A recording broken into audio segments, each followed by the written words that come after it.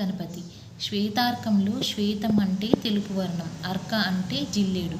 శ్వేతార్క గణపతి అంటే తెల్ల జిల్లేడు గణపతి. 45 సంవత్సరాలు దాటిన తెల్ల జిల్లేడు చెట్టు వేర్లు సహజంగానే వినాయకుని రూపాన్ని సంతరించుకుంటుంది. ఆ రూపాన్నే శ్వేతార్క గణపతి అంటారు. ఆ వేరును ఆదివారం, అమావాస్య, పుష్యమి నక్షత్రం రోజున స్వీకరించాలి. జాతక చక్రంలో సూర్యగ్రహ దోషాలు ఉన్నవారు, ఇంటికి నరదృష్టి ఉన్నవారు, వీధిపోటు ఉన్నవారు సర్వకార్య సిద్ధి కొరకు శ్వేతార్క గణపతిని గృహంలో ఉంచుకొని పూజిస్తే చాలా మంచిది.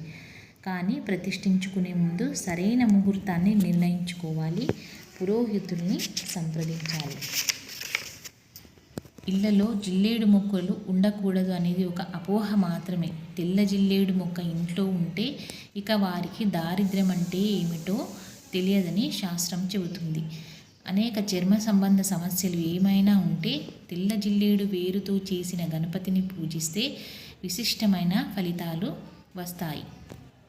ఓం శ్రీ గణాధిపతయే నమః. If you like this video, please like, share and subscribe and comment. Thank you.